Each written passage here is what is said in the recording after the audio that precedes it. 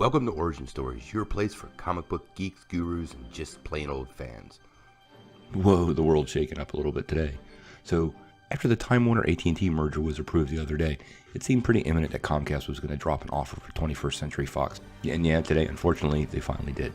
And what they dropped was a $65 billion all-cash offer to acquire much of Fox's film and television assets, its international holdings, and its stake in Hulu. This is about $35 a share and is about 20% higher than what Disney offered. Now, this doesn't mark the end of the road. I'm sure Disney will come with a counteroffer, and there's still a lot of stuff that has to happen. One of the things Comcast did do is they took it right to the shareholders, and this is what they said. We believe that a vote against the Disney merger agreement proposal will send a clear message to the 21st Century Board that you firmly believe that the Comcast proposal is a superior proposal. So it looks like Comcast is pretty serious about it. Now, most of us comic fans really only care about this because we want the Fantastic Four and the Xmen to return to the MCU, which falls under Marvel, which falls under Disney.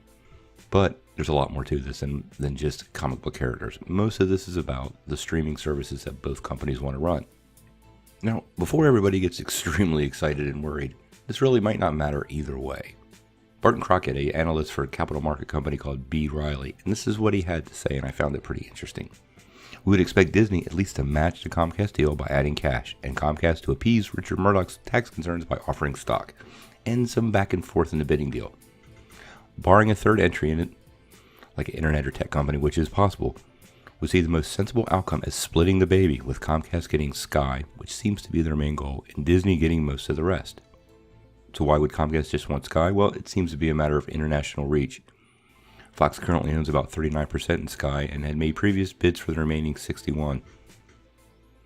Comcast actually topped that Fox bid with $31 billion for that 61%. So if Comcast were to seal the deal with Fox now, it would give them pretty much total control over Sky and give them this international reach that they kind of want.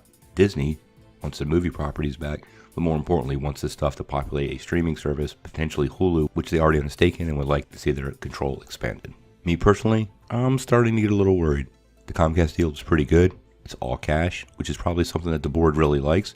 There was some regulatory concerns that were in everybody's head, but since the AT&T Time Warner merger went through, it might not be such a big deal anymore.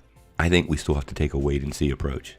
Disney still seems to me to be the one that is most likely to end up with the properties that we find important. The rest of the deal really doesn't matter to anybody.